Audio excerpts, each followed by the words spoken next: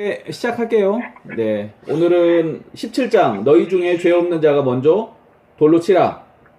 이 본문을 가지고 같이 갈게요. 베일리가 어떤 관점으로 요한복음 8장을 지금 보고 있고 그 이야기하는지를 좀 알았으면 좋겠고 시작하겠습니다.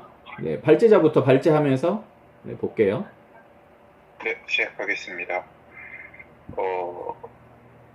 이제 제 발제문을 올려드렸잖아요. 같이 보면서 내려왔으면 좋겠어요. 이거 다 안 읽어도 괜찮을 것 같아. 중요한 부분, 중요한 단락만 읽고 네. 나머지는 요약해줘. 네. 사실 저도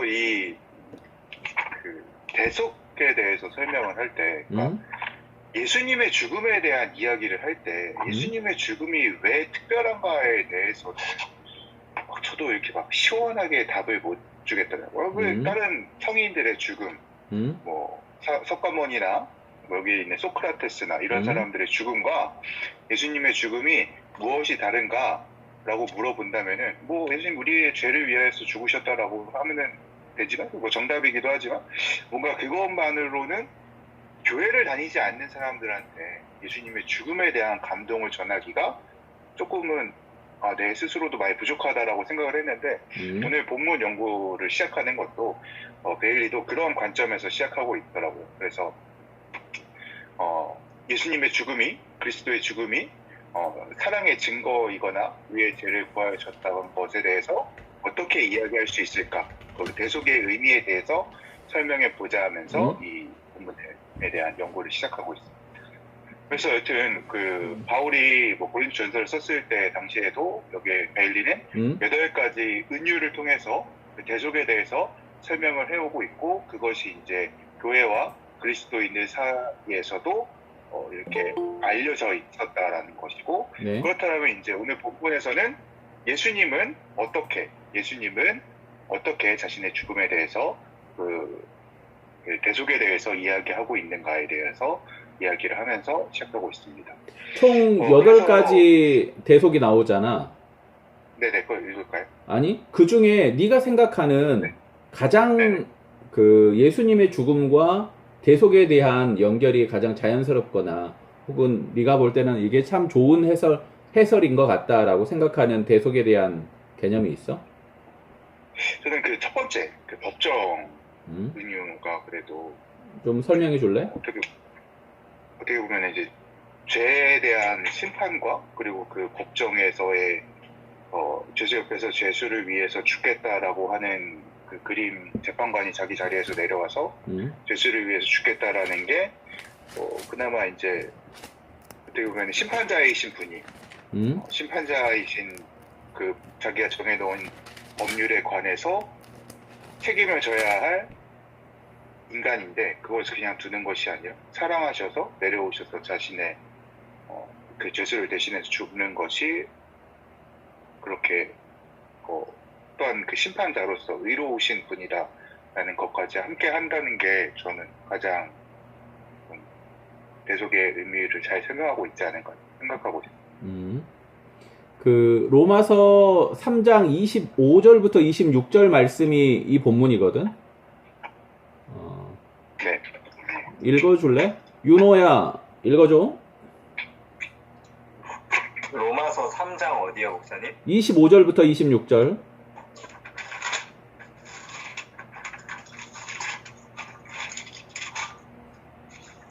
읽겠습니다. 네. 이 예수를 하나님이 그의 피로써 믿음으로 말미암는 화목제물로 세우셨으니 이는 하나님께서 길이 참으시는 중에 전에 지은 죄를 간과하심으로 자기의 의로우심을 나타내려 하심이니 곧 이때에 자기의 의로우심을 나타내사 자기도 의로우시며 또한 예수 믿는 자를 의롭다 하려 하심이라. 아멘. 지금 이제 베일리는 이 말씀을 완전히 풀어준 거지. 그리고 바울은 화목제물이라는 이 화목제물 가지고 이 죄를 어떻게 처리할지에 대해서 이야기해 줬는데, 결국 이 대속에 대한 개념은 신학적인 개념이 아니라 신앙의 개념이기 때문에 예수 믿지 않는 사람들한테 대속의 개념을 설명하는 것 자체가 불가능하다고 생각해. 그러니까 예수님을 믿음으로 대속이 믿어지는 거지 대속을 믿음으로 예수님이 믿어지는 게 아닌 것 같아. 그러니까 어떻게 보면 우리가 예수 믿는 게 기적이다라는 말은 이런 우리가 신학들을 정리하고 설명하면서 더 분명해지는 것 같아. 신학교에서 신학을 배울수록 신앙과 멀어지는 이유가 뭐냐면 신앙은 그 신학으로 설명하기 어려운 부분이거든. 그걸 설명하려고 하니까 자꾸 꼬이는 거지 스탠스가. 결국 대속에 대한 개념을 대신 바울은 여러 가지로 설명하는데 이게 나는 의미가 있다고 생각해. 왜 이렇게 다양하게 설명하려고 할까?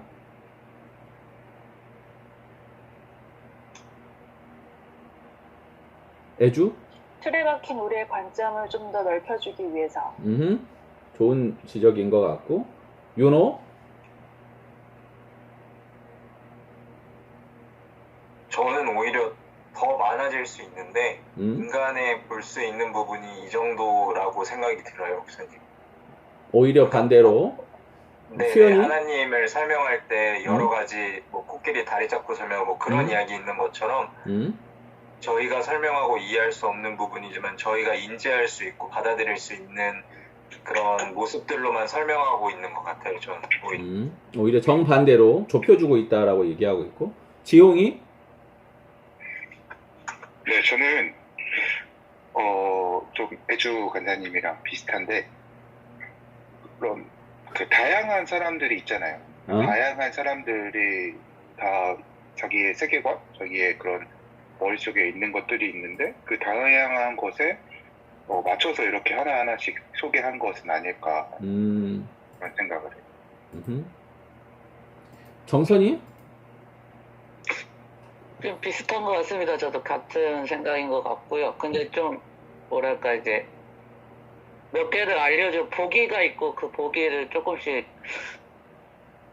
또 뭐 문제를 풀다 보면은 보기 외의 것들이 또 생각이 나잖아요. 그거를 좀 미리 준비해 주신 건 아닌가라는 생각을 해봤어요. 뭐 다들 사실 틀린 건 아닌데 바울이 이렇게 다양한 방법으로 대속을 설명하는 이유는 딱 하나인 것 같아. 대속의 개념이 중요해서 이게 하나고 다른 하나가 뭐냐면 듣는 사람들이 충분히 이해할 수 있는 방법으로 설명하려고 하고 있다라고 보는 게 맞는 것 같아.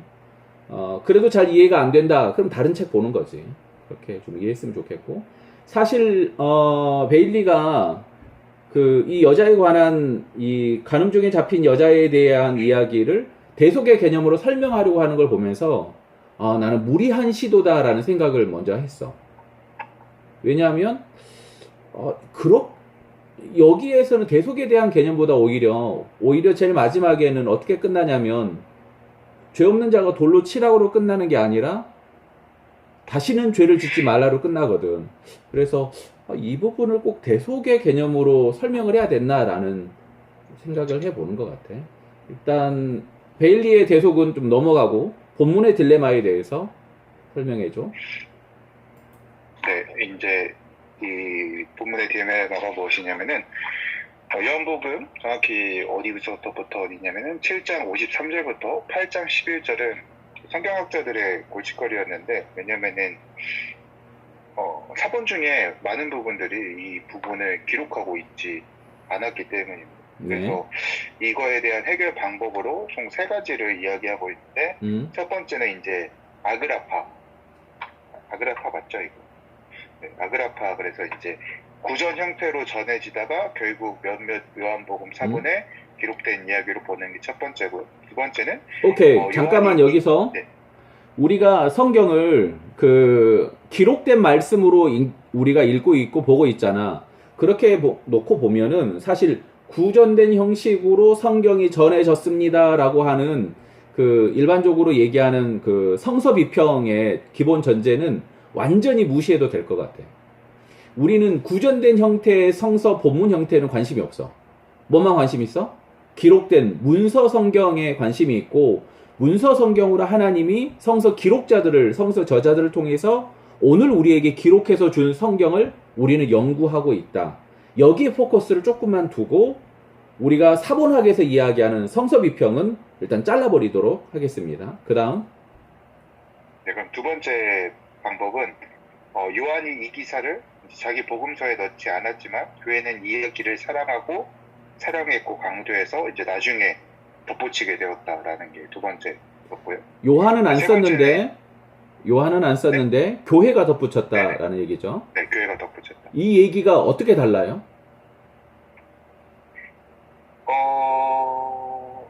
이거는 일단은 요한이 처음에 썼다라는 그런 텍스트가 있고 거기에 이제 추가됐다라는 거고, 두 번째 거는, 첫 번째 거는 구전 형태로 이야기들이 이렇게 조각조각 되어지는 게 하나로 합쳐졌다라는 오케이. 차이점이 있어요. 네.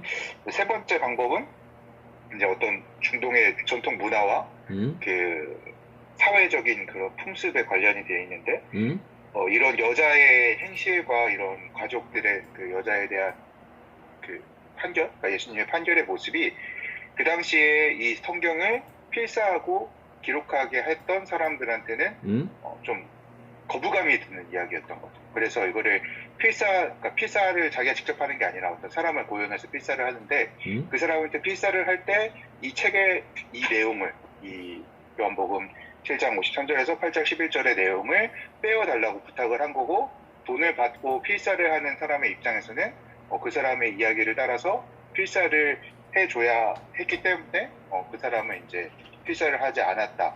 그렇기 때문에 이제 빠져 있는 부분이 있는 거고, 반면에 이제 용기 있는, 여기서는 그렇게 얘기했던 것 같은데, 용감한 그리스도인들이 그대로 보존해야 되겠다. 그러니까 사회의 문화 속에서 깊이 뿌리들은 태도를 거스르고 이 요한복음 그대로를 보존해야겠다라는 사람들이 있었기 때문에 이렇게 기록되어 있는 본문도 있다라는 것이 이제 세 번째 이견입니다. 오케이. 여기 이 본문은 사실 여전히 논쟁이 있고, 논쟁이 있는 이유는 뭐냐면은 오래된 사본에 이 내용이 기록되지 않은 부분, 그 사본들이 많이 있다. 이게 논쟁의 핵심이에요. 그래서 여기 보면은 꺽쇠로 돼 있어요. 그쵸? 꺽쇠로 돼 있고 53절 앞에 1이라고 돼 있고, 어떤 사본에 7장 53절부터 8장 11절까지 없음이라고 돼 있어요. 여러분 성경책에 보면 그렇게 돼 있어요. 그쵸? 그러니까 어떤 사본에 많이 없는데, 그럼에도 불구하고 여기에 기록하고 성경으로 우리가 읽고 있는 이유가 뭐예요?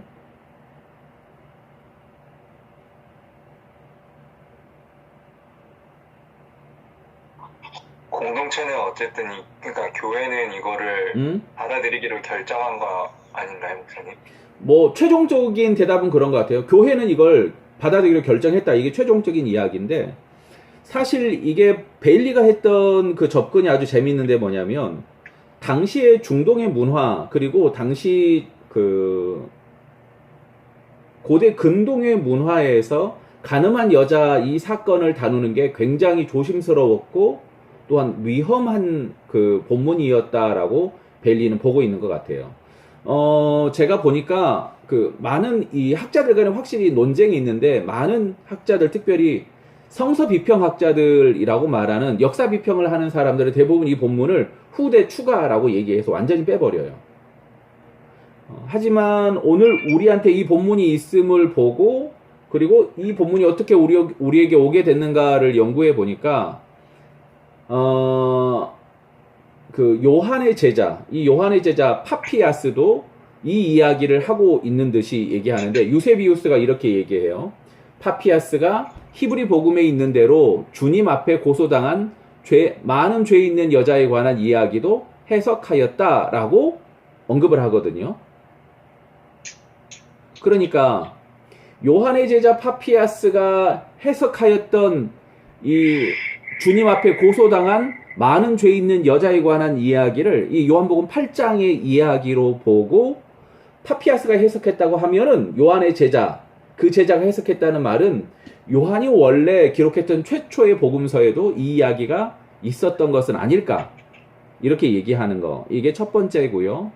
어거스틴이 이거에 대해서 언급한 게 있는데, 여자들이 그 이야기를 근거하고 정저 없는 행동을 구실 삼을까 두려워했던 까닭이다라고 말하면서 이 본문이 그 후대에 빠진 이유를 어거스틴이 이렇게 얘기해요. 그러니까 그 아까 얘기했던 요한의 제자 파피아스, 그 다음에 어거스틴이 언급하고 있는 요한복음 8장에 대한 이야기를 보면은 초대교회 당시에 이 본문 자체가 굉장히 좀 핫이슈가 아니었나 싶고, 특별히 여자들이 이 이야기를 근거로 정조 없는 행동을 할까봐 교회 공동체, 특별히 보수적인 성향을 가진 교회 공동체에서는 이 부분을 의도적으로 아마 덮어버리지 않았을까라고 추정해 보는 거예요. 좀 다시 처음으로 돌아와서 이게 그럼 과연 오리지널 텍스트냐라고 물어보면은 전후 상황을 좀 살펴보고 이 내용이 과연 전체에서 적당한가를 봐야 되는데, 요한복음 전체에서 적당한가는 나중에 문제고, 당장 우리가 볼 수 있는 건 요한복음 7장 37절 명절 끝날 곧 큰 날이라고 말하는, 이게 무슨 명절이죠? 초막절 마지막 날이고요. 그 다음에 예수님께서 여기 선포하고 있는 나는 세상의 빛이다라고 말하고 있는 요한복음 8장 12절의 말씀은 초막절 다음 날인 8일째인 무슨 날이냐면 이게 빛의 날이라고 말하는, 큰 불을 밤새 피워놓고 큰 파티를 여는 바로 그 날 아침에 예수님이 이 말씀을 하시지 않았을까 추정되는, 그야말로 시간의 흐름대로 진행되고, 요한복음 9장에 보면은 그 나면서부터 소경된 자가 어디로 가요? 치유를 받기 위해서? 물로 가서 씻으라고 그러잖아요. 무슨 물이에요, 거기가? 실로암이요. 실로암.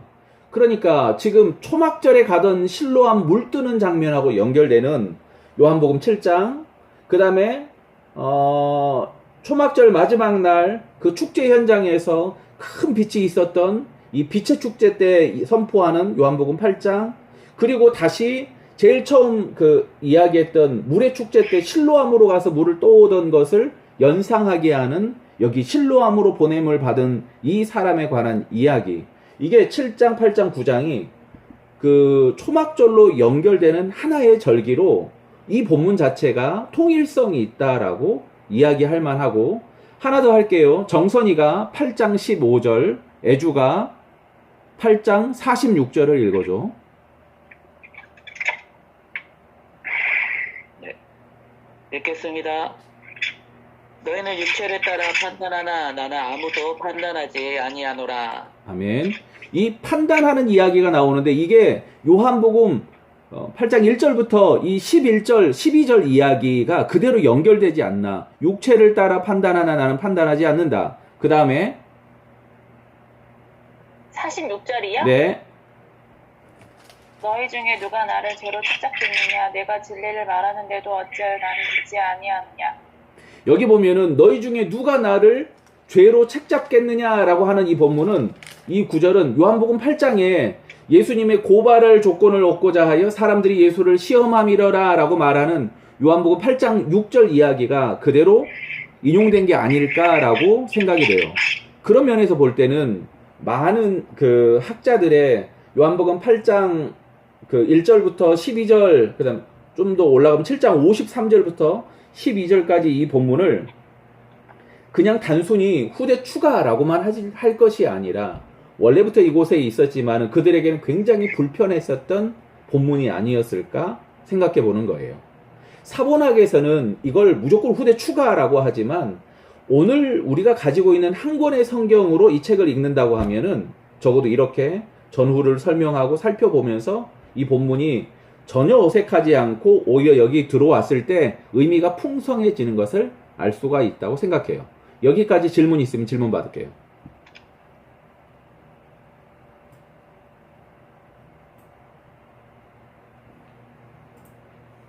질문 없으면 정리할게요. 요한복음 8장 우리가 보고 있는 이 죄 없는 자가 돌로 치라 이 본문은 장막절로 세 군데 장막절로 연결됩니다. 7장, 8장, 9장.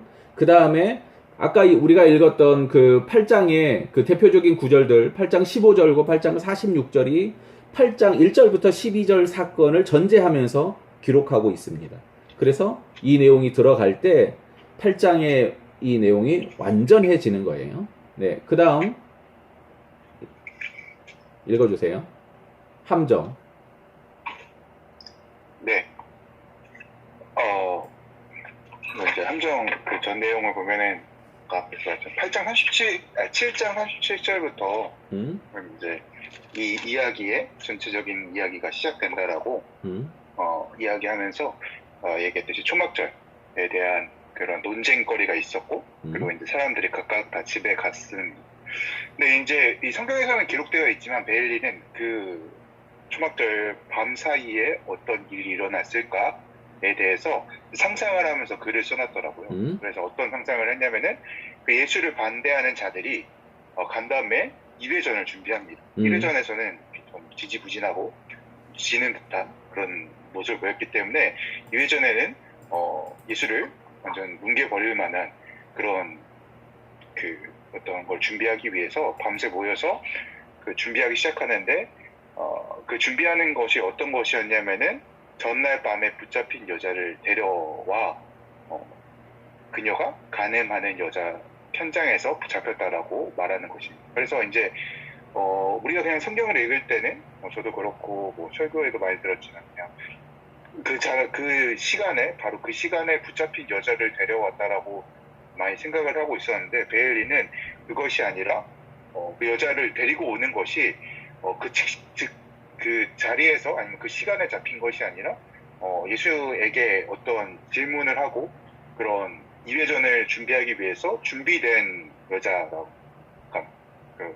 그렇다고 그 여자가 죄가 없었다라는 건 아니고 죄가 있는 여자를 붙잡아 놓고 있는 그 사람을 데리고 와서 이제 예수에게 망신을 주기 위해서 예수를 공격하기 위한 도구로서 사용하고 있다라고 베일리는 바라보고 있습니다. 오케이. 여기서 우리가 한 가지 짚고 그 다음에 이 본문 전체를 해석하는데 아주 중요한 포인트가 하나 있어요. 우리가 이 명절을 이해하고 나니까 여기서 뭐가 보이냐면은 여기 명절 끝날이라고 해서 명절이 끝났으니까 7장으로 명절이 끝난다라고 생각하지만 끝난 게 아니에요. 명절 끝나고 나서 그 다음에 무슨 날이에요? 안식일. 안식일이에요. 안식일 날 모여서 이론 의논을 하고 작전을 짜서 움직이는 거예요. 무슨 날? 안식일 날. 안식일은 일하면 안 되고요. 제가 알기로는 안식일 날 이거 안 돼요. 더구나 안식일 날 간음 중에 그 잡힌 여자를 일단 의도적으로 그 간음을 시켰던지 혹은 이 간음 현장을 찾았던지 이 일을 지금 안식일을 생명처럼 여기는 서기관과 바리새인들이 하고 있는 거예요. 이게 딜레마예요. 그러니까 가장 기쁜 명절날 이런 일을 하고 있는 거예요. 어떻게 보면 지금 이 요한복음 7장, 8장, 9장을 읽으면서 우리 머릿속에 좀 그 생각이 좀 있었으면 좋겠어요. 지금 특별히 베일리가 강조하고 있는 것도 그건데, 당시 현장에서의 분위기를 우리는 좀 상상하면서 했으면 좋겠어요. 그러니까 해가 지면 그때부터 명절 끝, 그 다음에 안식일 시작인 거예요. 근데 해가 지면서 안식일 날 이 사람들은 모여서 작당하고 찾은 거예요. 이게 딜레마예요. 계속해 주세요. 네. 그리고 여기서 이제 또 하나 전제 조건을 그러니까 구성 요소가 있다라고 얘기하는데 그것은 당시 성전 경내에 로마 군들이 같이 있었다. 그래서 모든 사람이 무장한 군대의 존재를 의식하고 있었다라는 것까지 베일리는 짚어주고 넘어가고 있습니다. 이게 왜 중요하냐면 개인적으로 나는 예수님의 그 고발할 조건을 찾는다라고 하는 예수님의 대답을 어떻게만 해석했냐면, 예수님이 지금까지 사랑하라고 말씀하셨는데 이분이 만약 사랑하라고 용서하자고 얘기하면은 율법을 어기는 것이고, 용서하지 말자고 그러면 지금까지 내가 가르쳤던 그 가르침을 어기는 것이다 라고만 생각했거든요. 근데 이건 아주 적은 부분이에요. 더 큰 부분이 있는데 그게 뭐냐, 베일리가 지적한 이 부분이에요. 만약 죽여라라고 말하면 뭘 어기는 거예요? 로마법. 로마법. 그래서 여기 군인들에 의해서 잡혀가는 거예요, 바로. 그러니까 그렇게까지 치니까 베일리가 말하고 있는 이 삼엄한, 그러니까 되게 팽팽한 긴장 속에 지금 있는 예수님과 그 당시의 분위기를 좀 우리가 이해해야 돼요. 예수님을 책잡으려고 하는데 거기는 로마 군인들도 있고, 그리고 지금까지 예수님이 사랑하라라고 말했던 그 놀라운 그 사랑의 예수님이 거기 있고, 많은 사람을 고쳐주던 그 예수님이 거기 있는데 간음 중에 잡힌 여인이 거기 있어요.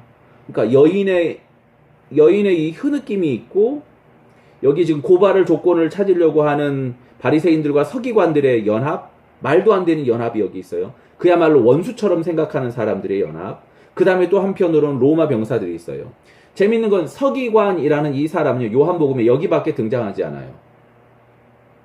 그래서 그 역사비평학자들이 근거로 삼는 게 뭐냐면 요한복음에는 서기관이 등장하지 않는다. 그런데 여기만 등장한다. 무슨 말이냐? 후대 첨가다라고 그래요. 전혀 그렇지 않다고 생각해요. 오히려 이 특별한 장면에 이 그야말로 치열한 긴장감을 높이는 요소로 서기관이 여기 들어서므로 서기관과 바리새인이 원수지간인데 이 사람들이 지금 손잡고 있는 이것도 팽팽한 긴장감이 흐르고 있는 거예요.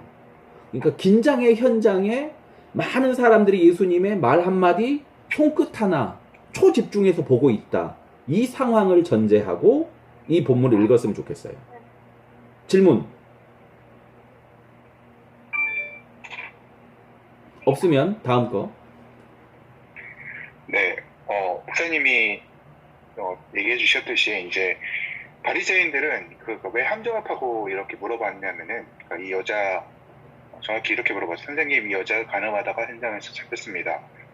자, 이 모세의 율법은 이 여런 여자를 돌로 쳐 죽이라고 명령합니다.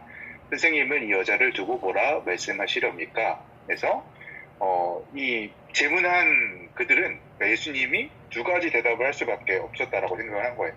첫 번째는 이제 아까 목사님 방금 전에 말씀하신 것처럼 그 돌로 쳐 죽이라 로마 병정들한테 붙잡힐 수밖에 없는 그 대답과 두 번째는 뭐 놓아주라 이런 것을 예수님은 겁쟁이로 만들 거라고 생각을 한 거죠. 그러니까 율법을 지키지 않고 율법을 무서워하는 그런 겁쟁이로 만들 수밖에 없다라고 생각해서 이것은 바리새인들 스스로 이제 이길 수밖에 없는 판이라고 생각했던 것라고 여기 생각했다라고 베일리는 이야기하고 있어요. 그래서 근데 예수님은 여기서 그 두 가지 대답에 그들이 기대하고 있던 두 가지 대답을 하는 게 아니라 정의의 본질을 다루면서 놀라운 기질을 발휘합니다. 뭐 이사야는 고난받는 종에 대해서 이렇게 썼는데 그는 상한 갈대를 꺾지 않으시며 희미하게 꺼져가는 심지를 완전히 끄지 않으시리니 그가 정의를 신실히 행하시리라.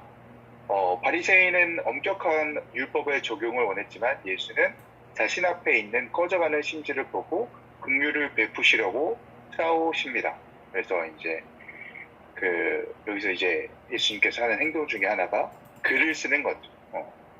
가장 먼저 지켜야 하는 법은 일을 하지 않는 법이다. 그래서 이에는 글쓰기 역시 포함된다고 합니다. 근데 여기서 이제 이 글쓰기가 포함되지 않을 수도 있는데 그것은 뭐냐면은 지속적인 그러니까 표시를 남기는 글만 글쓰기로 규정을 한다라는 거죠.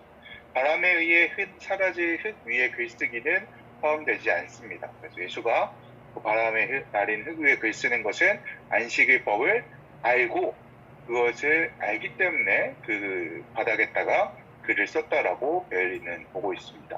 그러면서 이제 구선 해석에 대해서도 자신은 잘 알고 있다라면서 비판자들에게 보여주고 있었다라는 거죠. 이제 그럼 그가 무엇이라고 썼을까? 뭐 여자를 돌로 쳐라, 여자를 죽여라라고 썼으리라고 이 베일리는 확신을 하더라고요. 솔직히 저는 이 부분을 읽어봤지만 왜 이렇게 확신하는지는 정확히는 잘 이해가 되진 않았어요. 근데 베일리는 여기서 쓰는 거를 통해서 모세의 율법을 엄격히 지키는 쪽을 선택했다라는 거죠. 바리새인들이 원했던 첫 번째 대답. 그래서 그것을 말로 직접 하는 것이 아니라 그냥 단순히 쓰는 행위를 통해서 모세의 율법을 엄격히 지키는 쪽을 택했고, 그러나 예수는 이제 너희 가운데 죄가 없는 자가 먼저 여자를 돌로 치라고 말함으로써 군중이 아닌 각 개인에게 행위의 책임을 물으는 거죠. 군중 수치와 명예의 문화 속에서 어느 누가 감히 죄가 없다고 주장할 수 있겠습니까? 그래가지고 거기에 있는 사람들은 수치와 문화 속에 살아가는 사람들이기 때문에 모두 자기 스스로 죄인이고 죄가 있고 난 그런 사람이라고 생각하기 때문에 죄가 없는 자가 돌로 치라는 그 이야기에 누구나 쉽게 돌을 들어서 여자를 돌로 칠 수 없게 된 것이죠. 그래서 이제 예수님의 이런 행과 말을 통해서 상황이 바뀌게 되었습니다. 공격자들의 공격은 무위로 돌아왔고 오히려 이제 질문을 예수님을 함정에 빠뜨리기 위해서 왔던 그들이 압박을 느끼기 시작하는 거죠. 군중들은 이제 돌을 다 내려놓고 그 자리를 떠나기 시작했고 예수께서는 계속 글을 쓰고 있었지만 그것이 무엇인지 실마리를 제공하고 있지는 않다라고요. 그러니까 아까 처음에 썼던 글과 여기서 썼던 글은 다른 곳이었는지 좀 다르게 보고 있는 것 같아요. 처음에는 분명히 여자를 돌로 쳐라라고 썼다라고 이야기하는데 여기서는 이제 실마리를 여기서 쓰는 글에 대해서는 실마리를 제공하지 않다라고 이야기를 하고 있다. 그래서 이제 다른 사람들은 다 떠나가고 예수와 여자만이 남아 있습니다. 오케이. 일단 베일리하고 나하고 가장 큰 차이는 이건 것 같아. 성경에서 기록하지 않은 건 알 수 없다. 이건 모든 성경을 연구하는, 나랑 같이 성경을 연구하는 모든 사람들이 알았으면 좋겠어. 하나님은 필요한 걸 보여주셔. 성경은 필요한 걸 써. 필요 없는 건 기록하지 않아. 근데 우리의 호기심과 우리의 상상이 성경 너머의 것을 자꾸 보고 싶어 하지만 항상 기억해야 될 건 성경이 보여주는 것만 볼 수 있다. 그러면 왜 성경은 보여주지 않는가? 오히려 여기에 포커스를 더 주면 좋을 것 같아.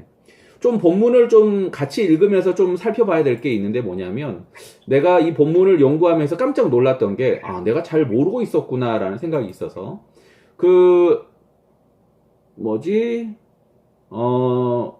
수연이가 레위기 20장 10절을 읽어주고 민수기가 신명기 22장 22절부터 24절 읽어줘. 잠시만 내가 거기다가 올려줄게요.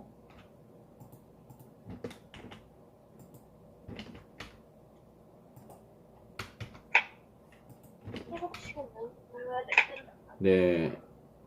이 본문이 뭐에 관한 본문이냐면 이 간음에 관한 이 본문이거든요. 이걸 먼저 좀 읽어야 될 것 같아요. 읽어주세요.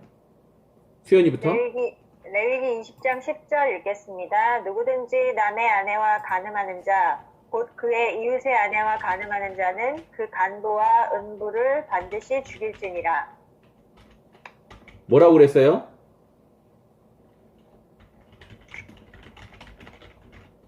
간부와 음부를 반드시 죽일지니라. 어떤 여자야? 어떤 여자요? 남의 아내. 남의 아내.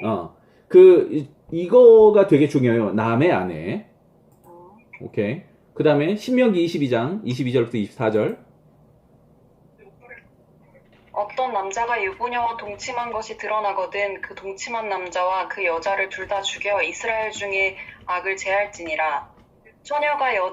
처녀인 여자가 남자와 약혼한 후에 어떤 남자가 그를 성읍 중에서 만나 동침하면 너희는 그들을 둘 다 그 성읍 문으로 끌어내고 그들을 돌로 쳐 죽일 것이니 그 처녀는 성 안에 있으면서도 소리 지르지 아니하였으니요 그 남자는 그 이웃의 아내를 욕보였음이라. 너는 이같이 하여 너희 가운데에서 악을 제할지니라.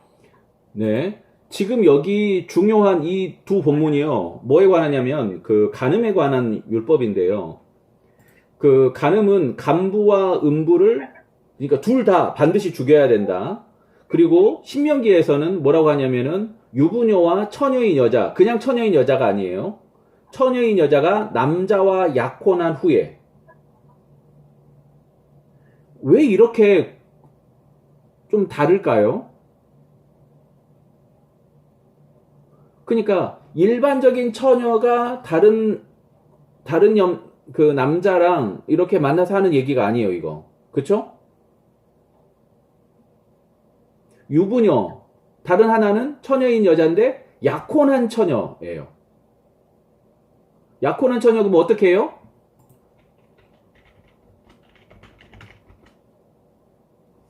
둘 다 성읍 문 밖으로 끌고 가서 돌로 쳐 죽이라고 그래요. 성읍 문 밖으로. 누가?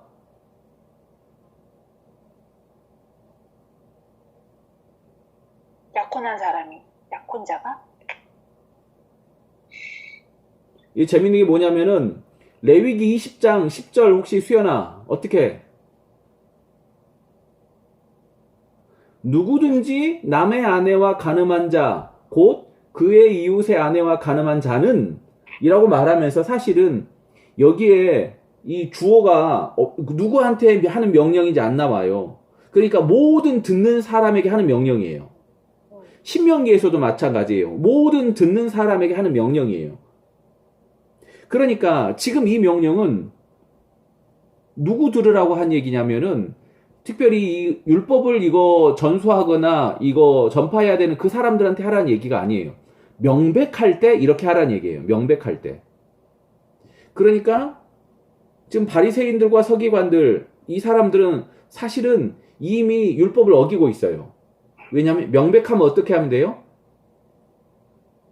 성 밖으로 끌고 가서 돌로 쳐 죽이면 돼요. 누구를? 여자와 남자를. 그런데 그렇게 하고 있지 않은 거예요. 그래서 이들은 이미 율법을 어기고 있는 거예요. 이 본문, 이게 미슈나 규정이 하나 더 있어요. 이 미슈나 규정을 제가 여기 올렸어요. 읽어주시겠어요? 윤호? 읽겠습니다. 돌로 치라. 모세의 율법은 혼인한 여자가 간음했을 때 사형을 명하였으나 사형 방법은 명시하지 않았다. 미시나에 따르면 이런 경우 사형은 교수형으로 집행했다. 약혼한 여자가 관여된 경우 율법은 돌로 쳐 죽이는 사형을 명하였다. 이건 역시 미시나의 법규였다. 그러므로 당의 사건은 약혼한 여자의 간음 사건이었던 것으로 보인다. 네. 이렇게 학자들은 생각하더라고요. 우리가 생각할 때는 뭐 상관없으니까 그냥 죄니까 죄는 죄다라고만 생각하는데 그게 아니라 이 사건을 약혼한 여자의 간음 사건으로 보더라고요. 이게 뭐가 중요하냐면 약혼한 여자의 간음 사건으로 본다는 얘기는 우리가 기본적으로 이 간음 중에 잡힌 여자를 어떻게 봤어요? 기존에 보던 포인트는 처녀 아니에요. 지금까지 기존에 아내. 다른 남자 아내. 아 그렇게 봤구나. 혹시 지금까지 이 본문을 설교로 들을 때 그렇게 봤어요? 그렇게 들었어요? 좀 창녀 이런 느낌으로. 네. 저는 일단 100% 그렇게 생각을 했었고 그리고 100% 그렇게 들어왔었어요. 제가 이 이 성경 준비하면서도 마찬가지인데, 과연 이 여자가 어떤 여자냐, 이 여자의 직업이나 혹은 이야기들을 쭉 살펴봤는데, 창녀라고 하는 분들이 100이면 100이에요. 저를 포함해서. 그런데, 이 미시나를 기점으로 해서 이거를 약혼한 여자 미시나를 근거로 해서 약혼한 여자로 보고 있는 이 구절을 보면서, 이렇게 볼 수도 있겠구나라는 생각이 들더라고요. 이 본문은 그래서 창녀라고 생각하는 것을 좀 확장해서 만약 보게 되면 만약 약혼한 여자였다고 생각해 봐요. 그럼 어때요? 이 여자는?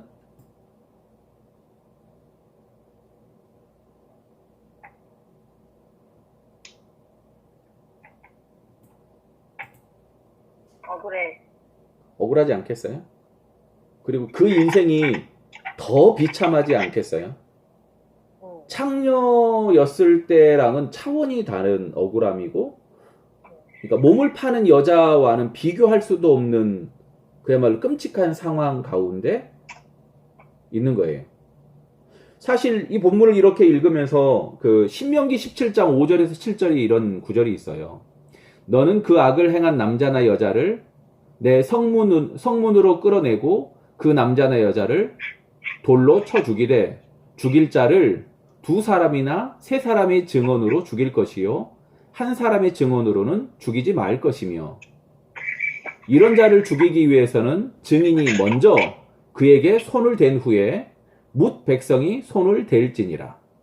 이렇게 얘기해요.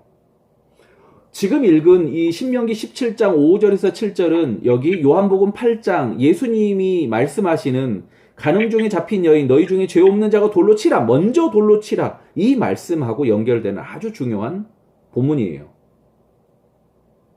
일단 이 여자에 대해서 네. 이 여자에 대해서 조금만 더 설명을 하면은 이런 생각을 해봤어요. 큰 축제가 있잖아요. 예루살렘이에요. 수십만 명이 아니라 수백만 명이 예루살렘에 집결해 있거나 예수님이 그 감람산으로 가셨다고 그러는데 어떤 학자들은 이걸 기도하러 갔다라고 말하는 게 아니라 노숙하러 갔다 이렇게 얘기하기도 해요. 왜냐하면 너무 많은 사람들이 거기 머물거든요. 명절에. 그러면 그렇게 많은 사람들이 노숙하고 모이고 붐비는 그때 과연 몸 파는 여자가 예루살렘에 그 성 안에 있을 수 있겠나? 이 질문을 해봐요. 더구나 안식일에 몸 파는 일을 한다? 아무리 창녀라고 해도 안식일인데? 그렇다고 하면은 이 여자는 누군가의 약혼녀가 아니었을까? 일반인 여성으로. 오히려 그렇게 생각해 보는 게 더 타당하지 않을까 접근해 봐요. 그렇게 놓고 보면 지금 여기 간음 중에 잡힌 여인이라고 말하는 이 여인의 신세는 우리가 생각하던 그 창녀였던 여자, 물론 그 여자도 존엄하고 귀하지만 완전히 차원이 다른 깊은 슬픔의 이야기고, 그리고 다른 사람의 이야기가 아니라 우리의 이야기가 될 수 있다 생각하는 거예요. 누군가 아까 그 본문을 읽어보면요, 간음 중이라고 말했지만 거기 보면은 어떤 구절이 나오냐면 너희는 그 둘 다 성은 문으로 끌어내고 그들을 돌로 쳐 죽일 것이니 그 처녀는 성 안에 있으면서도 소리 지르지 아니하였음이요. 이렇게 나와요. 그게 무슨 말이에요? 같이 즐긴 거예요. 소리를 만약 질렀으면 그런 일이 안 일어났을 거다. 소리를 안 질렀기 때문에 그런 일이 있었던 거 아니냐? 그럼 같이 즐긴 거다. 그래서 간음으로 보는 거예요. 어떻게 보면 명예와 수치의 개념이 아주 중요한 당시의 사회에서 이런 일이 있었던 거예요. 그러니까 당시의 여자들이 얼마나 비참한 생활을 했었는지 좀 알게 되는 거죠. 만약 소리 지르면 소리 질러서 수치스러운 여자가 되고, 소리를 안 지르면 소리를 안 질러서 간음한 여자가 되는 거예요. 여기 그 여자의 딜레마가 있더라고요, 먼저. 그리고 예수님은 그 여자가 끌려왔어요. 그리고 나서 아까 얘기하는데, 아까 우리가 사실 하고 싶은 이야기의 힌트는 아까 신명기 15장 5절에서 17장 5절에서 7절인데 제가 우리 구글에다가 이 본문을 올렸어요. 증인이 먼저 손을 대고, 이거 이제 나중에 있어야 될 얘기인데 먼저 얘기를 하자고 그러면, 증인이 먼저 손을 대라 라는 말은 바꿔서 얘기하면 너희 중에 죄 없는 자가 먼저 돌로 치라고 그랬잖아요. 먼저 돌로 치는 건 먼저 증인이 되는 거고, 먼저 증인이 된다는 얘기는 이 모든 사건의 주범이 나다라고 고백하는 거예요. 예수님이 그야말로 딜레마에 빠질 수밖에 없는 질문을 이렇게 받았는데 딜레마에 빠질 수밖에 없게 대답을 하는 거죠. 예수님의 그래서 참 대단하다라고 생각을 해봐요. 그리고 이제 좀 더 읽어봐야 되는데 5절 보면은 모세율법은 돌로 치라고 그랬습니다. 그래서 딜레마에 빠뜨리게 하고요. 그 다음에 이 딜레마 질문은 마가복음 12장의 세금에 관한 질문하고 거의 비슷한 것 같아요. 세금에 관한 질문, 어떤 질문이었죠? 가이사의 것은 가이사에게, 그거 말씀하신 거세요, 목사님? 네. 세금을 냅니까 말아야 됩니까? 이거랑 똑같죠. 로마 법을 따를 것이냐 아니면은 율법을 따를 것이냐. 그래서 그 대답으로 예수님이 가이사의 것은 가이사에게 라는 대답을 하시는 거예요. 여기는 어떻게 보면 한 차원 더 깊이 나가는 아주 복잡한 질문이었고, 그 복잡한 질문 앞에, 교묘한 질문 앞에 예수님이 이제 말씀하시는 장면이 나오는데, 여기서 사실 굉장히 중요한 접근 포인트가 하나 있어요. 그게 뭐냐면요. 고발할 조건을 얻고자 하여 이런 거 빼고, 우리가 알고 있는 거 빼고 6절 손가락으로 땅에 쓰시니 밑줄 쳤으면 좋겠어요. 한 번 더 나오죠. 어디에? 8절 다시 몸을 굽혀 손가락으로 땅에 쓰시니. 이 이야기가 2번 반복돼요. 성경에서 반복이 되는 건 그냥 나오는 게 아니라고 그랬죠. 이 반복된다는 얘기는 중요하다는 얘기예요. 그리고 손가락으로 땅에 쓰시는 장면과 그 장면 사이에 나오는 게 7절이에요. 지용이 읽어줘. 그들이 묻기를 맞이 아니하는지라 이에 일어나 이르시되 너희 중에 죄 없는 자가 먼저 돌로 치라 하시고. 여기 아멘. 아멘. 그들이 묻기를 맞이 아니하는지라. 이게 무슨 말이냐면 계속해서 채근해서 물었다라는 얘기예요. 그게 무슨 말이냐면 6절에 있는 예수님이 땅에 쓰신 이유를 모르는 거예요. 예수님 왜 썼냐? 이건 아직 잘 몰라요. 그런데 한 가지는 분명히 알아요. 예수님이 무엇을 썼는지는 중요하지 않아요. 하지만 중요한 게 있어요. 뭐냐? 예수님 땅에 쓰시는 거예요. 그래서 이거에 관해서 그 논문을 쓰면서, 제가 논문을 쓰면서 했던 이야기는, 성경에서 하나님이 직접 뭔가를 쓰시는 장면에, 하나가 2번 나와요. 하나가 뭐죠? 메네메네 데겔 우바르신. 메네메네 데겔 우바르신. 다른 하나는 그 십계명 쓰신 거 네, 말씀하시는 십계명. 네. 하나님이 직접 쓰신 건 2개밖에 없어요. 둘 다 돌에 쓰세요. 그렇죠?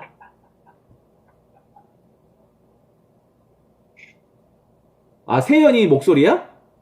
그래. 웃음소리. 화목한 가정이에요. 그래. 그래, 깜짝 놀랐네. 갑자기. 요즘 영화 찍어? 세연이가?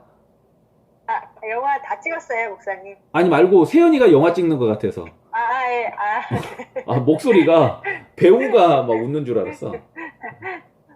하나님이 쓰시는 장면이 2번 나오는데, 하나는 십계명이고, 다른 하나는 메네메네 데겔 우바르신인데, 여기 2번째 나오는 그 벽에 썼던 메네메네 데겔 우바르신, 이게 제보와 안다 너희들의 죄, 이 이야기야. 이 이야기와 지금 여기 예수님이 쓰고 있는 장면과 너무 흡사한 거예요. 그러니까 어떻게 보면은 쓰고 있는 이 행동 자체로 선포하는, 그래서 이걸 뭐라고 그랬냐면은 구약성경, 이게 구약신학을 하다 보면은 이걸 상징 행동이라고 그래요. 예언자들은 그 상징 행동으로도 선포하거든요. 예를 들어서 썩은 이 허리띠를 들고 너희도 이렇게 저기 가서 썩을 것이다 이런 얘기도 하고, 아니면 도자기를 깨면서 너희들 이렇게 깨뜨릴 것이다 라고 얘기도 하고, 이게 상징 행동이거든요. 그런데 예수님께서 상징 행동으로 여기 이 사람들에게 선포하고 있다라고 생각해요. 그런데 그 사람들이 이해하지 못하죠. 그러니까 이해하지 못하니까 계속해서 채근해서 묻는 거예요. 다시 말해서 계속해서 채근해서 물을 동안 예수님은 대답 안 해요. 저는 이렇게 생각해 봤어요. 채근해서 묻는 동안 예수님 계속 쓰는 행동을 하지 않았을까? 마치 지금 내가 대답하고 있잖아. 이렇게. 그리고 나서 예수님이 말씀하시죠. 너희 중에 죄 없는 자가 어떻게? 먼저 돌로 치라. 여기 먼저를 동그라미 쳐줘요. 먼저.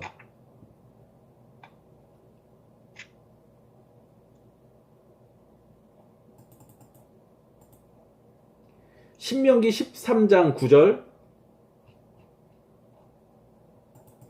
네, 이거 제가 여기 올릴게요. 신명기 13장 9절. 애주가 읽어줘요.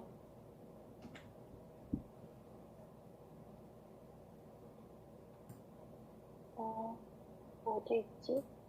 오른쪽에 내가 띄웠어? 메시지에. 너는 용서 없이 그를 죽일 때에 내가 먼저 그에게 손을 대고 후에 뭇 백성이 손을 대라. 먼저 손을 대고 후에 증인이 먼저 손을 대고 후에 무백성이 손을 대게 하라. 이게 아주 중요해요. 그러니까 지금 먼저 돌로 치는 사람은 먼저 내가 이 모든 일의 주범입니다라고 고백하는 일이에요. 안식일을 어겨가면서까지 내가 이 일을 준비했습니다라고 말하는 거거든요. 그래서 여기 그 사람들이 저는 이 구절을 보면서 그런 생각했어요. 구절 한번 읽어주겠어요? 정선 읽어줘. 그들이 말씀을 듣고 양심의 가책을 느껴 어른으로 시작하여 젊은이까지 하나씩 나가고 오직 예수와 그 가운데 섰는 여자만 남았더라. 아멘. 네. 이 본문을 가지고 우리는 어떻게 생각했냐면 보통 이 사람들이 양심의 가책이 일기 시작했다. 죄 없는 자가 먼저 돌로 치라고 그러니까 갑자기 내 죄가 생각이 나서 그런 사람이었다고 하면은 이런 일을 벌이지도 않았을 거예요. 예수님의 그 사랑의 십자가 이게 생각났으면 이런 일을 벌이지도 않아요. 외식하는 자여 라고 말하면서 그 들보를 내 눈 속에 있는 들보를 빼어라 이 말씀이 생각나서 도저히 양심의 가책이 저는 되게 순진하게 이 양심에 찔려 이 본문을 해석하고 싶지 않아요. 이 양심에 가책을 느낀다라는 거 그야말로 찌르는 거거든요. 이건 자기들이 스스로 이렇게 찌르는 게 아니에요. 예수님의 말씀이 그야말로 그들의 심장을 찌르는 거예요. 그들의 모든 계획을 찔러서 완전히 낱낱이 드러내는 거예요. 그러니까 나이 든 사람부터 젊은이까지 하나씩 가는 거예요. 보통 이런 사람은 생명책에 기록되지 않았다라고 하면서 레위기 17장 13절 땅에 쓰신 글씨를 그렇게 해석하면서 이러다가 내가 생명책에서 이름이 지워지면 안 되는데 라고 되게 순진하게 해석하는 부분이 많아요. 여기를. 근데 전혀 그렇지 않다고 생각해요. 여기 부분은 절대 순진하게 해석하지 말아요. 지금 예수님을 책잡으려고 간음 중에 잡힌 여인 그 불쌍한 여자를 데리고 오고 남자는 어딘가 빠져있고 그리고 많은 사람 앞에서 예수님을 책잡으려고 하는데 생각해보면 기쁨의 밤샘 축제가 있는 그 축제의 현장에 들어가지 못하고 지금 이 일을 꾸미고 있는 바리새인들과 사두개인들 안식일에 가장 기쁜 날에 그 기쁨의 현장에 들어가지 못하고 뭔가 일을 꾸미고 있었던 그리고 예수님을 책잡으려고 했었던 바리새인들과 사두개인들 이 사람들의 모습을 이렇게 보니까 지금 쭉 강조하며 설명한 거 들어보니까 혹시 누가 생각나요? 생각나는 사람 없어요? 예수님의 비유 중에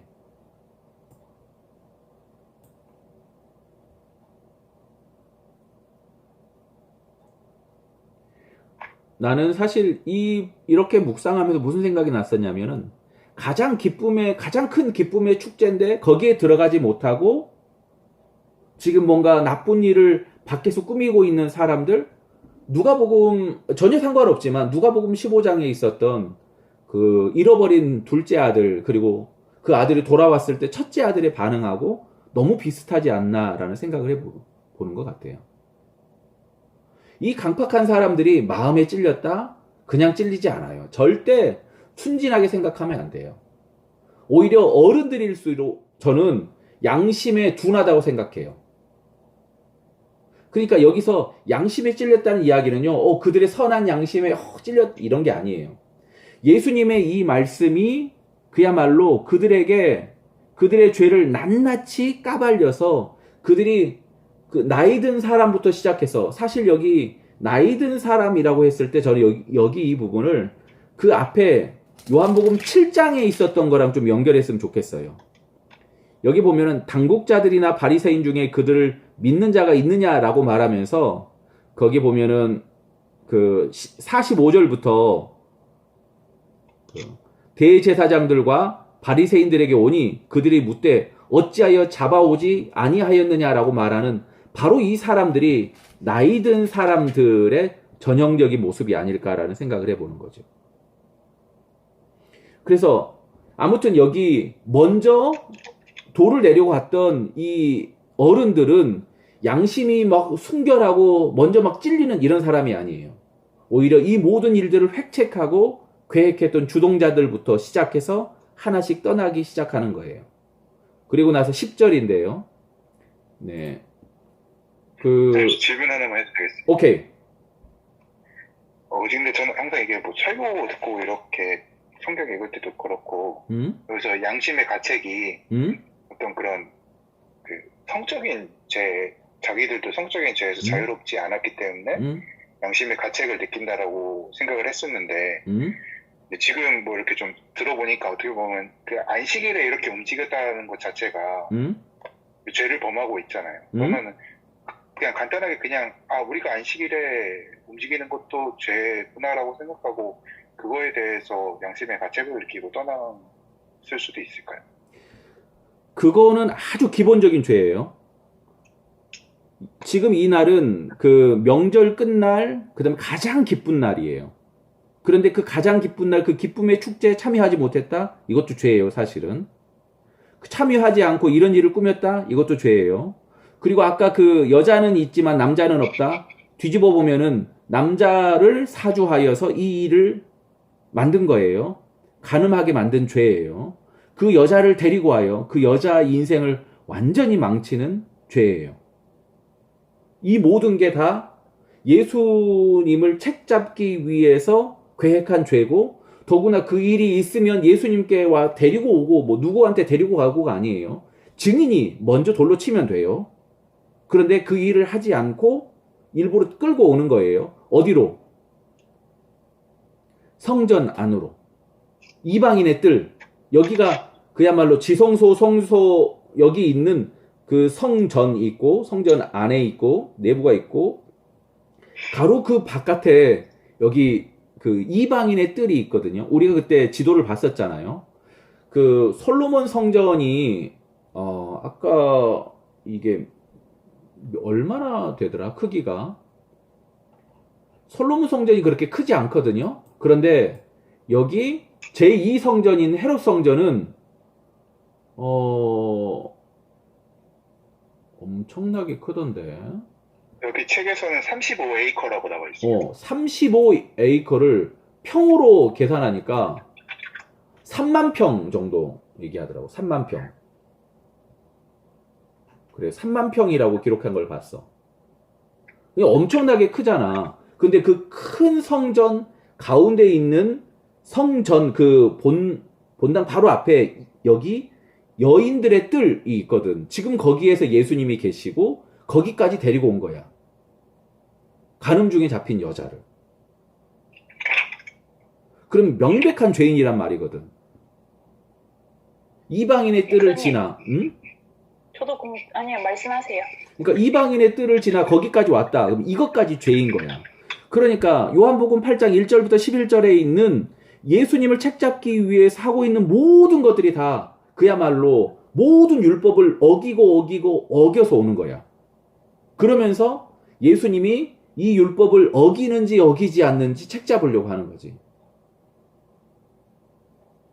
아마 예수님이 하셨던 그 글 쓰는 그 내용이, 그래서 하나님이 너희들의 모든 죄를 그야말로 메네 데겔 우바르신 하신다.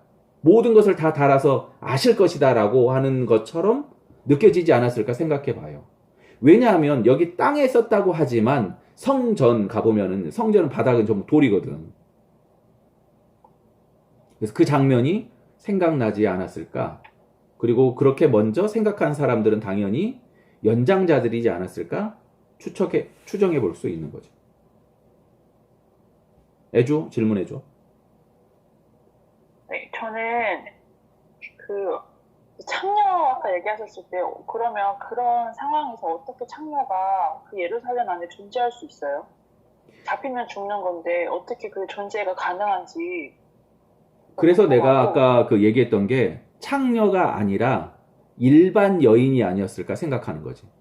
그러니까 이 여자를 뺀다 하더라도 요한복음이나 이렇게 사복음사에 보면은 창녀가 계속 이렇게 언급되는 구절들이 있잖아요. 근데 이게 만약에 관음하다 걸리면 죽는 건데 그러면은 창녀라고 하는 것 자체가 존재할 수가 있나? 이들이 또 따로 예루살렘 밖에서 거주하면 이들은 안전한 건가? 라는 생각이 하나 있고, 예루살렘 안에서 창녀에 관한 구절은 없는 것 같아. 근데 뭐 왜 이렇게 뭐 그 예를 들어서 예수님이 삭개오 만나러 갈 때 거기 세리와 창녀와 막 이런 얘기 같이 어, 있어서 어. 막 이런 얘기 나오잖아요. 여리고야, 거기 거기는. 창녀도 있잖아요. 거긴 여리고라고. 예루살렘에는 없구나. 그럼 또 하나요? 어? 사실 이제 여기가 안식일이고 아까 목사님 말씀하셨던 것처럼 안식일날 기쁘나 이게 가능하냐라고 했을 때 근데 이 여자가 지금 간음하다가 잡힌 거잖아요. 근데 간음 중에 소리를 이 여자가 질렀기 때문에 예를 들어서 진짜 간음 중이었다면 간음 중에 이 여자가 소리를 질렀기 때문에 이 여자가 발각이 됐을 수도 있잖아요. 그랬으면 이 여자는 돌에 맞아 죽지 않아. 소리를 지르지 않으면 죽어. 저는 이제 이 여자가 소리를 질렀다는 가정하에 그래서 지르지 않은 거야. 중간에 근데 가능하다가 잡혔다라고 이제 여기 써. 그래서 그냥 여기에서 뭐라고 하냐면은 간음 중에 잡힐 수 있느냐? 간음 중에 잡힐 수 있어? 간음 중에 잡힐 수 있죠. 언제 잡힐 수 있어? 간음 중에? 배우자가 의심할 때. 증거 사진. 그래 이제 우리나라 드라마가 그 2000년 전 상황으로 너무 빨리 점프하면 안 돼. 우리나라 막장 드라마는 물론 이렇게 막 추적권을 통해서 막 그런 일이 벌어지기도 하지만 당시에는 그런 일이 잘 없거든. 뭐 추적권을 통해서 막 하고 그렇지 않아. 그러니까 여기 아주 재밌는 게 간음한 사람이 아니라 간음 중에 잡힌 사람, 이게 아주 중요한 것 같아. 왜 굳이 간음 중에 잡혔다고 얘기할까? 죄를 드러내고 싶어서? 명백하게 죄인이다라는 것을 보여주고 싶어서 일부러 간음 중에 잡혔다라고 얘기한 것 같아. 그럼 소리를 지르면 여자 안 죽어요? 그 본문상에는 안 잘할 죽어. 수 있어요? 구제받을 수 여자가 있어. 버리지 않고? 그럼 됐어요. 근데 남자 버릴 수 있지 않나요, 목사님? 계속해봐, 질문. 남자가 버려도 불법적이지 않지 않나요? 그런 상황일 경우는? 이해를 못해서 질문을. 그러니까 지금 애주 간사님이 말씀하신 게 여자가 소리를 지르면 그런 상황에서 소리를 지르면 사실은 남자만 죽게 되잖아요, 율법적으로. 그런데 이제 만약에 그래도 남자가, 그러니까 남자 약혼자가 받아줄 수 있냐 이 말씀하신 거 아니세요, 애주 간사님은? 그러니까 이제 안전하게 다시 약혼한 사이니까 결혼할 수 있냐, 남자가 버리지 않을 수 있냐. 근데 현실적으로 저게 거의 불가능하지 않나요, 목사님? 그건 이제 파혼을 너무 쉽게 했던 게 당시의 문제였거든. 그래서 전 요셉만 봐도 충분히 그렇게 파혼을 쉽게, 그러니까 이런 어찌 보면은 그런 순결 그거에 대한 문제를 쉽게 파혼할 결정하는 걸 보면서 저는 여자는 일상적인 생활로는 어쨌든 그게 좀 불가능했을 거라는 생각을 해요. 일단 예루살렘 이 안에 가보면은 그 집 구조나 이 내부 이 모양들을 이렇게 살펴보면은 아주 집과 집이 아주 촘촘하고 방과 방이 정말 맞닿아 있고 그야말로 개인 생활은 없어. 그러니까 예루살렘 안에서 뭔가 간음 사건이 있었다, 굉장히 어려운 일이야. 이거 자체가. 그래서 이제 생각하기는 이제 밖에서 일을 준비하고 현장에서 잡고 일부러 완벽한 그야말로 빼도 박도.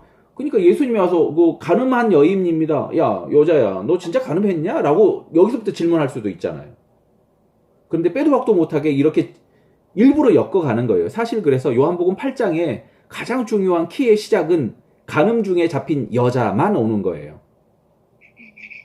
그러니까 일부러 완벽한 예수님 앞에 그 현장으로 빼도 박도 못한 상황을 만들기 위해서 옴짝달싹 못하도록 그런 상황을 만들어가는 사람들.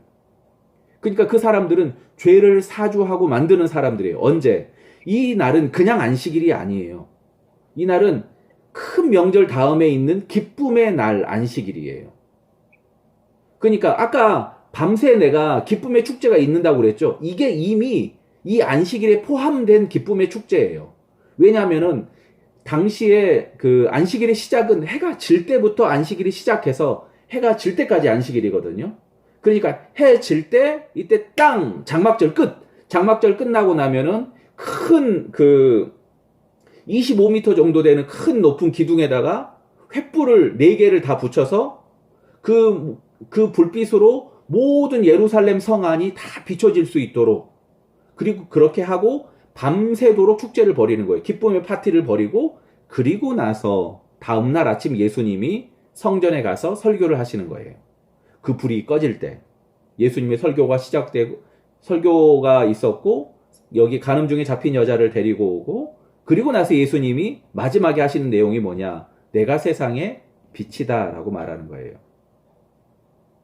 이 앞에 있었던 내가 생명의 물이다 라고 말하는, 그래서 누구든지 목마르거든 내게로 와서 마셔라 라고 말하는 이 이야기하고, 여기 내가 세상의 빛이다 라고 말하는 이 이야기하고 장막절을 통해서 각각 연결되는 아주 귀한 선포가 되는 거죠. 그러니까 예수님은 이 절기들을 아주 중요한 예표로 삼으신 것 같아요. 요한복음은 아주 치밀하게 각각의 절기들과 예수님의 예표를 연결하여서 설명하고 있어요.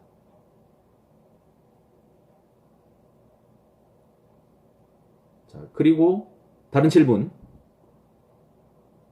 목사님, 그 아까 창녀에 대해서 이야기 마저 했는데, 그게 어찌 보면 그러니까 이스라엘 유대인들에게는 어떤 하나의 직업처럼 가질 수 있는 게 아니었을까요? 그게 비록 불의한 직업일지라도, 왜냐면은 그러니까 유다도 그랬고, 그 예루살렘 성에서 장막절에 그 짓은 못 한다는 거예요.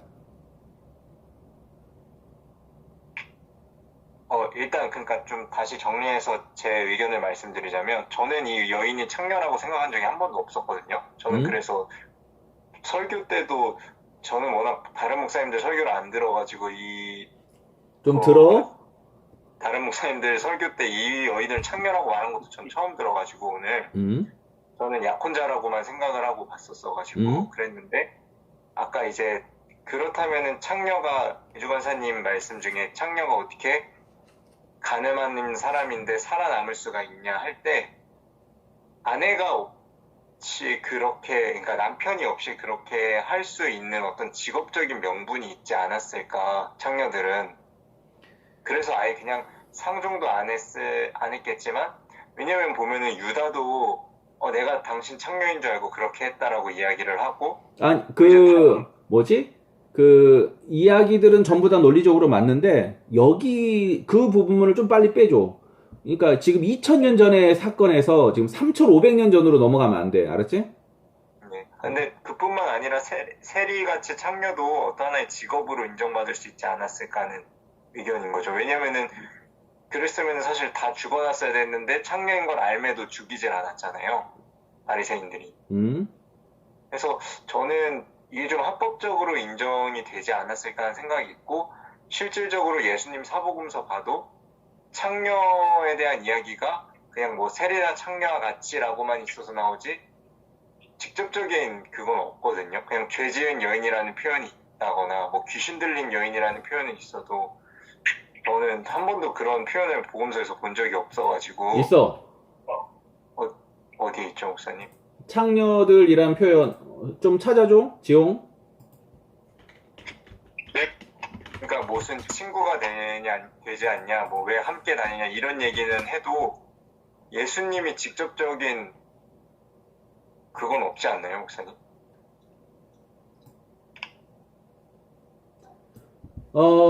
마태복음 21장 31절 32절. 세리들과 창녀들, 그리고 뭐 이런 게 이제 언급이 되는 건데, 네. 우리가 잘 아는 사람 중에 마리아를 창녀로 보기도 하고, 마리아가 워낙 많아서. 그거 교황이 5세기 때 잘못해서 만들어진 속설이라고 하더라고요. 막달라 마리아는 창녀가 아닌데. 마리아가 너무 많아. 근데 막달라 마리아를 창녀로 보잖아요, 대표적으로. 근데 그거는 어. 교황이 나중에 만든 얘기라고 나오더라고요. 그건 내가 연구를 안 해서 모르겠어.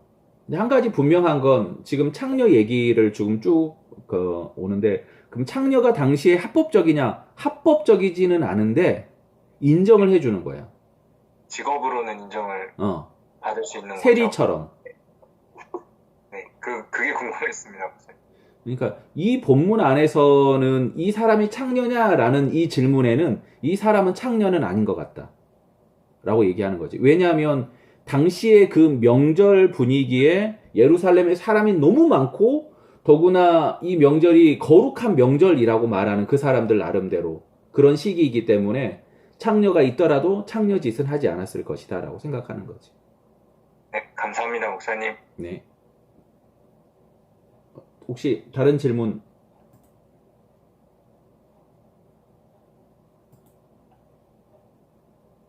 오케이. 마지막 부분 해줘, 지용이. 몇 분 전만 해도. 네, 몇 분 전만 해도 이제 무서움에 떨던 여자는 잔인한 폭력과 고통스러운 죽음을 당하리라고 예상을 했는데, 바리새인들이 그녀가 아니라 예수에게 화를 내면서 여자가 당할 화가 예수에게 옮겨진 것이다. 그래서 이제 베일리는 이것이 대속의 교리라고 연결을 짓더라고요. 사실은 근데 저는 이 부분이 조금은, 그러니까 그렇게 볼 수도 있겠구나인데, 딱 거기까지가 안 같아. 처음에 처음에 이야기했던 대속의 교리에 대해서 좀 장황하게 엄청난 거를 얘기해 줄 거야 하는 듯이 시작했는데, 막상 결말은 작은 접점이 있어라는 듯한 결말이어가지고 조금 그렇구나라고 아쉽다라는 생각을 하면서 그래서 여튼 예수는 여자를 꾸짖지 않으시면서 동시에 자기의 삶을 파괴하는 여자의 생활 방식을 못 본 채 하시지도 않는다. 그래서 나는 너를 꾸짖지 않으니 가서 다시는 죄를 짓지 말라고 예수님은 말씀하십니다. 그래서 예수는 구약 전통이 정해놓은 성 관련 법을 인정하면서도 그 별을 면제해 주신다. 그리고 여자는 돌에 맞아 죽지 않았다가 이 챕터 17장에 베일리가 보고 있는 중점적인 내용인 것 같아요.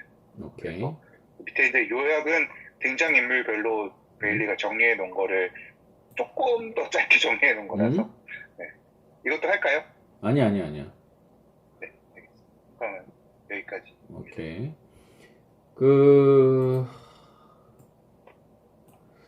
여기 질문 하나 해볼게. 우리는 하나님의 질문이나 예수님의 질문을 그냥 넘어가면 안 돼. 여기 아주 재밌는 질문이 있어. 10절에 보면은, 여자여, 너를 고발하던 그들이 어디 있느냐? 너를 정죄한 자가 없느냐? 지용아, 왜 이렇게 물었을까?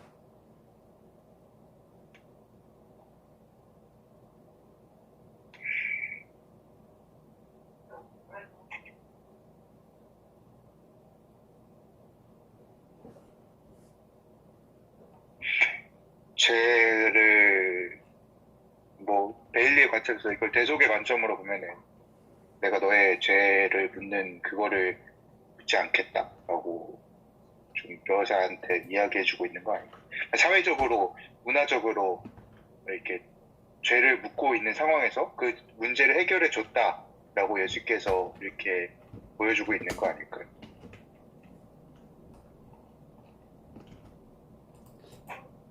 예수님이 이 여자한테 이렇게 질문할 때 여자는 어땠을까?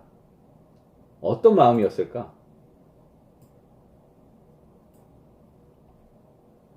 죽다 살았구나. 죽다 살았구나.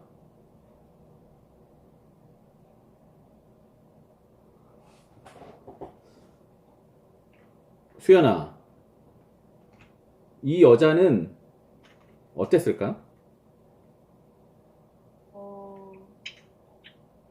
그냥 제가 생각할 때는 여기에 딱 예수님과 여자만 남아서 이 질문을 하시는 걸 볼 때 이 여자가 느꼈던 거는 다른 모든 사람들은 나를 정죄했지만 이분은 나를 정죄하지 않고 떠나지 않고 나와 함께 여기에 있다. 어떤 그런 이분만 나와 함께 있다라는 어떤 그런 감정이었을 것 같다는 생각이 들어요. 애주? 저는 안심했을 것 같아요. 안심했을 것 같아. 민숙? 잘 모르겠습니다. 야! 좀 더 생각해 봐야 될 것 같아요. 네, 알겠습니다. 사실 이렇게 말하지 않아도 여자는 알고 있었을 것 같아. 그치? 여기 이 여자의 이야기를 보면서 이런 생각을 해봐. 이거 아주 3절에 보면 서기관들과 바리새인들이 음행 중에 잡힌 여자를 끌고 와서 가운데 세우고, 아까 이방인의 뜰이라고 그랬고, 그 여인들의 뜰이라고 그랬고, 예수님이 가르치시는데 많은 사람들이 나와서 듣고 있었고, 그런데 음행 중에 잡힌 여자, 가늠하다가 현장에서 잡혔습니다. 지금 이 여자의 마음은 어떨 것 같아? 이 여자의 옷 상태는 어떨 것 같아? 수치스러울 것 같아요. 이 여자의 그 수치, 그 다음에 내가 볼 때는, 내가 이 서기관들과 바리새인들이라면 현장의 급박함이나 확실히 그랬다라는 것을 보여주기 위해서 옷도 아마 반쯤 걸치거나 걸치지도 못했을지도 모르지. 그 상태로 그 많은 사람들 앞에 서게 되는 거야. 지금 사실 사람들은 예수님이 무슨 말 하는지 궁금해서 서서 보고 있는 것 같지만, 사실 이 앞에 있는 여자는 고개를 당연히 둘 수 없고, 그 여자는 서 있을 수도 없고, 어쩌면 예수님이 그렇게 말했는데 그 말하고 나서 무슨 일이 벌어졌을지도 모를 수도 있지. 아무튼 한 사람씩 떠나가는데 그 시간이 또 얼마나 그야말로 길고 또 길겠어? 어쩌면 죽을 수도 있는 상황이야. 100% 죽을 수밖에 없는 상황이지. 예수님한테 안 왔으면 무조건 죽는 건데, 여자가 뭐 남자가 있든 없든 그거 뭐 말할 수도 없어. 왜냐하면 듣지도 않을 거니까. 예수님이 와서 너를 고발하던 그들이 어디 있느냐라고 물을 때 대답하되 주여 없나이다. 그리고 나서 예수님의 대답이 뭐라고 하냐면은 나도 너를 정죄하지 않는다라고 그래. 그러면 이 여자가 이렇게 눈을 들어서 직접 확인하고 보게 하는 바로 그 순간이 이 여자가 여기서 풀려나서 일상적인 생활을 할 때 갖게 될 그 정죄감과 수치감을 덮어주는 대답이 아닐까 생각을 해보는 거야. 여자여, 너를 고발하던 그들이 어디 있느냐? 네 눈으로 직접 봐라. 너를 정죄하던 자가 있냐? 없지 않냐? 아무도 너를 정죄하지 않는다. 그러니까 너는 이제 정죄함을 받지 말고 이제 다시는 그 죄를 짓지 마라 라고 말하는 예수님의 이 다음 연결들은 이 예수님의 질문을 통해서 어쩌면은 마지막까지 여자를 배려해 주는 게 아닐까라는 생각을 해보는데, 여기 10절에 보면은 여자여 라고 나오잖아. 이 여자여는 요한복음 2장에서 예수님이 모친 마리아를 부를 때 여자여 이 일이 나와 무슨 상관이 있습니까? 라고 할 때 쓰던 바로 그 단어가 여기 똑같은 단어야. 여자여. 이 단어는 그냥 단순히 야 이년아 이런 뜻이 아니고 나랑 상관없지만 조금은 정중하게 상대편에 있는 여성을 부르는 느낌이야.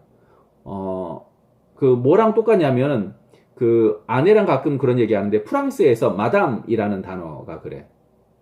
우리나라는 정마담 그러면 뭐 좀 그렇잖아. 그런데 마담 정 그러면 어때? 조금 이렇게 고상하고 혹은 적어도 이 사람이 나를 그 여성으로 존중해서 불러주는 느낌이 들잖아. 그 비슷한 단어가 여기 마담이란 단어랑 비슷한 것 같아. 여기 여자여라는 이 단어가. 예수님이 그래서 이 여자를 얼마나 조심스럽게 부르고 여자가 직접 보게 하고 그래서 이제 그 다음 생활까지도 예수님께서 케어해 주시는 장면을 보면서 어쩌면 많은 사람들이 지금 예수님을 책잡고자 하여 여기에만 포커스를 두고 있었지만 예수님의 관심은 계속 그 여자한테 있지 않았을까. 이 이후에 여자가 어떻게 살 수 있을지에 관해서 고민하고 염려하고 있지 않았나라는 예수님의 모습을 보는 것 같아요. 마지막 그 빛에 관한 이야기는 이미 했으니까 좀 넘어가고요. 사실 아까 제가 땅에 쓴다라는 말이 2번이나 나온다고 그랬잖아요. 그래서 이걸 가지고 혹시 요한복음 8장 이 1절부터 11절까지를 좀 이렇게 구조를 나눠서 본 사람이 없나라고 찾아봤더니 없어. 한 명도 없어. 그래서 뭐 그러면 뭐 내가 하면 되지라는 생각이 들어서 이렇게 해봤어요. 네. 여기 보면 1, 2절은 배경이고요. 그 정중앙에 있는 죄 없는 자가 돌로 치라. 먼저 돌로 치라인데 돌로 치라가 있고 6절과 8절이 땅에 쓰신다라는 내용이에요. 5절과 6절은 율법의 고발할 조건을 찾으려고 하고 9절은 말씀을 듣고 양심의 가책을 느끼는 장면. 오히려 그들이 고발당하는 장면이 나오는 거죠. 그 다음에 4절에 보면은 선생이여 현장에서 잡혔습니다 라고 말하고 10절에는 현장에 아무도 없고 너를 고발하던 그들이 어디 있느냐 예수님이 물으시는 장면이죠. 3절은 음행 중에 잡혔다. 11절은 다시는 죄를 범하지 말라. 이렇게 좀 이야기가 좀 정리되지 않나라는 생각을 해봅니다. 누구도 이 구조를 나눠놓지 않았기 때문에 이게 맞다라고 말하고 싶습니다. 왜냐하면 아무도 점검할 수 없기 때문에 네. 이게 맞는 것 같아요. 네. 그래서 죄 없는 자가 돌로 치라를 정중앙에 먼저 돌로 치라를 두면서 아까 이야기했던 6절과 8절의 메네메네 데겔 우바르신으로 이 본문을 해석하면은 되지 않을까라는 생각을 해봅니다. 처음과 마지막은 그 여자에 관한 예수님의 관심. 아무도 관심 갖지 않는 여자를 예수님은 관심 갖고 이렇게 하는 장면인 겁니다. 네, 혹시 네, 그 수연이가 뭐라고 했어? 네. 왜 여기다 올렸어? 그래. 세계 최초라. 네. 네, 감사합니다. 네, 여기까지 질문 있으면 질문 받겠습니다.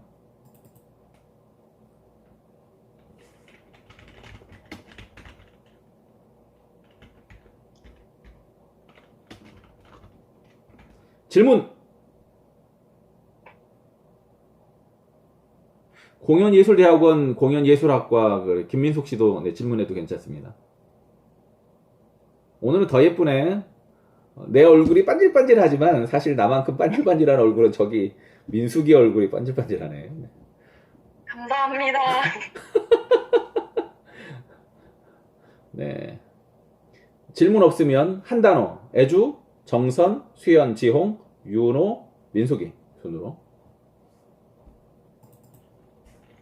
네, 저는 초반에 목사님 말씀하셨던 예수님을 믿음으로 대속이 믿어지는 것, 이 부분이 가슴에 남는데 예수님을 믿는 것이 뭐 다른 걸 많이 공부하고 막 많이 알고 이게 아니라 결국에는 예수님을 믿는 그 믿음 자체가 베이스고 가장 중요하고 한번 다시 한번 생각해 봤습니다. 네, 거기에 한 가지 더 덧붙인다면 덧붙이지 마세요. 아니야. 덧붙여줄게. 이게 뭐냐면 네, 이거 팀 켈러의 부활을 입다라는 책인데 사실 내용은 별론 것 같고 근데 이 제목 자체가 나는 너무 좋았거든. 바울이 설명했던 이 부활, 믿음에 관한 건 확실히 옷 입는 거라고 생각을 해요. 옷 입는 거.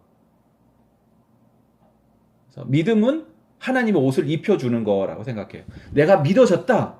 이게 내가 믿어지는 게 아니고 하나님이 믿게 해주셨다라고 생각해요. 네. 정선?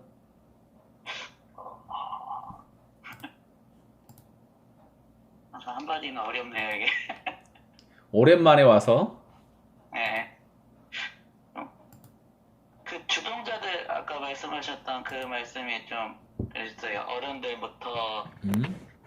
자리를 떠났다라고 했을 때 그냥 말씀하셨던 것처럼 그냥 양심에 좀 잘 알고 있으니까 느껴서 그거를 먼저 떠났다라고 생각을 했었는데, 그게 이제 이 일을 준비했고 계획했거나 이걸 어떻게든 같이 했던 사람들이 자리를 떠났다라고 그렇게 생각을 한다면은 사람들이 결국에는 뭐 이렇게 마음의 돌이킴이나 그런 것 없이 그냥 자리를 떠난 거 아닌가 그런 생각을 해봤어요.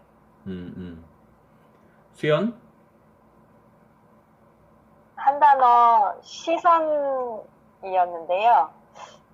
저는 사실 이 본문을 읽으면서 저의 관심은 예수님이 어떻게 이것을 돌파하실 거인가, 바리새인들이 어떤 꿍꿍이를 가지고 있는가에만 관심을 가졌지, 여자한테는 별로 시선을 돌리지 않았던 것 같아요. 그냥 여자는 그냥 죄를 지었으니까 이런 상황에 처할 수밖에 없는 거지, 이런 시선이었는데, 예수님의 관심은 어쨌든지 이 여자 혼자, 이 개인으로서의 이 여자의 계속 시선을 맞추고 계신 것에 대해서 다시 한번 좀 생각하게 됐어요. 지홍?